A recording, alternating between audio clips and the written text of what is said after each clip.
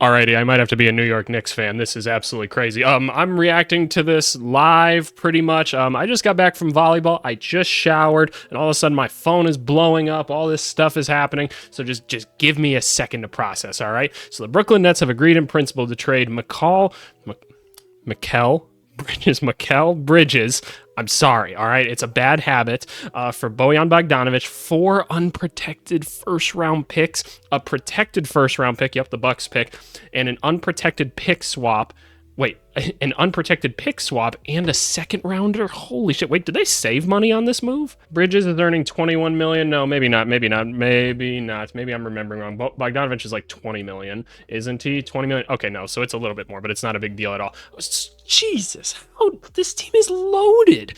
This team is absolutely loaded. Not to mention, yeah, the Villanova boys are back. That's an elite story. Like, I'm rooting for them to win the finals next year. I don't know how you don't at this point. I'm rooting for them to win the finals. My Bulls aren't doing it, so you know what? They're going to do it. The Knicks are sending 4 unprotected picks, 2025, 27, 29, and 31, a 2025, yep. Okay, gotcha. So they still have their 2 first-round picks this year to use? Okay, initial reaction. So they're bringing Anunoby back. What is, like, look, we all, I know I'm like kind of stuttering and like thinking through this like live and everything. So first 5 is cool, right? It's more so about a closing 5 at the end of the day. Like, I'm thinking like starting lineup and everything. So you got Brunson, you got DiVincenzo, you got Bridges, you got Anunoby. Like, you hopefully are bringing back Hartenstein now, because you're telling him like, look, dude, we're loaded. Just come play starting center for us. Let's go win a chip next year, right? Like, this is the second best team in the NBA outside of the Boston Celtics. They might be better than the Boston Celtics if healthy, like, in all honesty. They might just be. Like, I know they don't have quite the star power, but, like, it's damn near close. They have every good role player, or, like, a step above role player in the NBA at this point, so it's kind of crazy. Like, so does Julius Randle become expendable? That's something that I'm thinking right now, because you can get a lot for Julius Randle. Julius Randle's a really good basketball player. Like, that's pretty crazy. Why is Paul George trending? We're going to deal with this one at a time, okay? But, so is Julius Randle expendable? Because you could play Anunoby at the 4 with Bridges, and you could just have some nice switching going on with Hartenstein. You could have a ton of spacing at all times and just Villanova everywhere on the court. Like, holy cow, is this team loaded or what? The Knicks pay a steep price to land one of the league's most coveted trade assets. Yeah, I'll say so, man. This is crazy to send that many picks, because here's the thing, like, little inside NBA thing, not really inside NBA thing, but like the front offices, ever since like the Rudy Gobert trade and like the DeJounte Murray trades have happened, teams have been holding on to their first round picks like really tightly, right? Because they're like, holy shit, like if things don't work out, this could go really bad for us. So we don't want to trade that many picks anymore. We saw Pascal Siakam just go for 3. Like, Pascal Siakam's a different player, but probably a better player than Bridges, right? But that just shows, like, the Knicks are like, we're this close, and they know how much money they're going to make off like doing this and everything too. But holy cow, that is a lot. But like, I can't even fault them for it, because like the team is just so stupid loaded, and they can recoup a lot of these picks and other good players if they move on from Randle now or something. I don't know who could get Julius Randle or anything like that. Maybe they just keep Julius Randle and they just say, we're just that loaded. It don't matter anyway. He feels like kind of an odd piece at this point, but I mean, hell, he's a phenomenal basketball player. And like Bojan's a good player too. Is Bojan's contract guaranteed? Bojan is not guaranteed this year. That's what I thought. I thought it was $3 million, but $2 million guaranteed. So the Nets don't even really have to keep him, in all honesty. So what if Bojan says like, look, man, I'm trying to be on a contending team at this point. Just get rid of me. Just like buy me out for this last year or something like that, right? That's something that they could totally do. Oh, is it 19 million? Oh, fair enough then.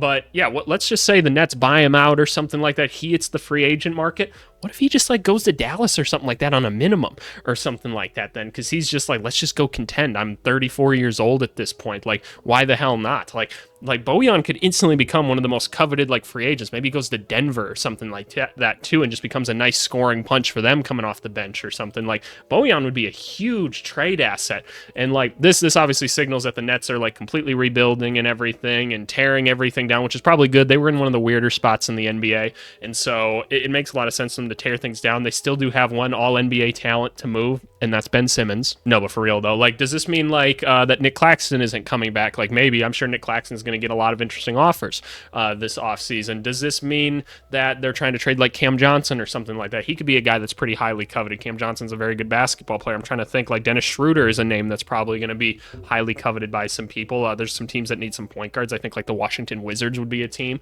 that could be kind of interesting for that. But nonetheless, right? This is a huge trade, and I see that there's more. Another massive deal. Okay, please tell me, Woj. Brooklyn has a deal with Houston to return the Nets 2026 first round pick. That's huge for them because they're trying to rebuild, for a 2027 Phoenix first round pick. They could be completely ass by then, so that makes some sense. Okay, Rockets also acquire 2025 right to swap Houston OKC first for 2025 Suns first round pick. Okay, so they get a bunch of swap details. So they're basically trying to acquire assets right now because they're trying to do a blockbuster move. And I take it that's why KD's trending now, is because people think that they're trying to do the Kevin Durant trade.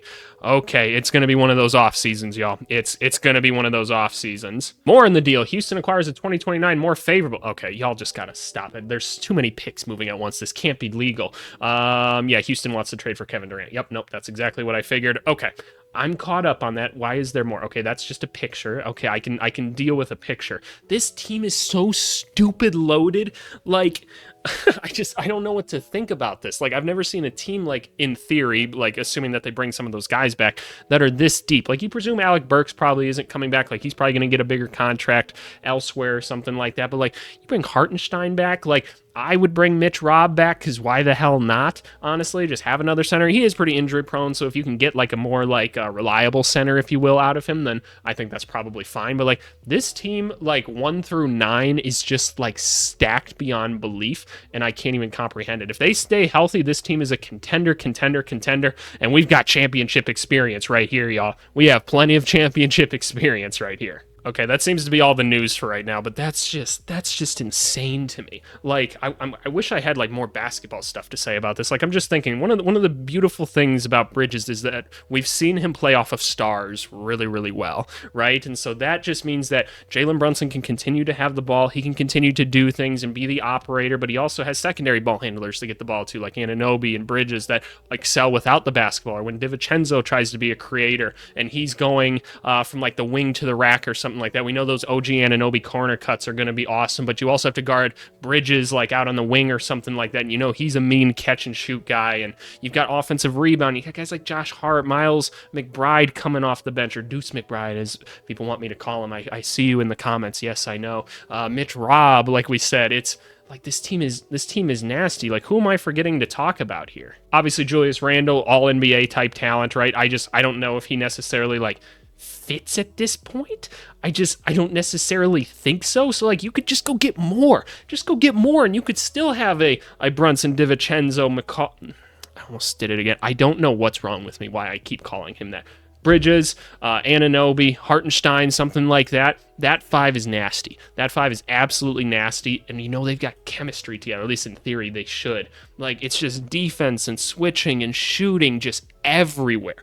And effort too. Like, that's so important. And I can't stress that enough in this trade. And obviously Brooklyn just making smart moves to get themselves back in a spot where they can properly rebuild. Getting one of their picks back is huge, right? The more moves are probably on the horizon from the Knicks. Still have 2 first-round picks. They can make more moves.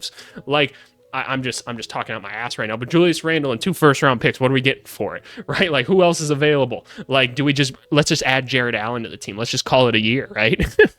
But no, for real though, like, these are a lot of really smart moves that signal more things are to come, especially for Brooklyn and Houston, obviously. But no, this is a crazy trade right here. Like, this offseason, I feel like, is going to break my brain, y'all. I don't know what else to think about this right now. Like, do I really need to explain anymore why this is a great basketball fit for them? Like, I just didn't think it would happen. Like, I didn't think Bridges was going to be on the move. I thought Brooklyn would be too stubborn about it. So That's nuts. If you're a Knicks fan, man, and like all you guys have been saying, like, we need another score, or something like that. I was like, look, like there's only so many guys like available out there. Y'all did it still. Like you Knicks fans, like you guys are so spoiled now. Like I know you guys have been through the ringer for years now at this point, but like this team is so stupid loaded. I can't stress that. I just can't stress that enough. I can't get over that all these guys are on one basketball team. It's a really elite group of guys. I'm trying to get over why because when I was first reading these like trades and everything, I kind of figured the two Knicks picks from this year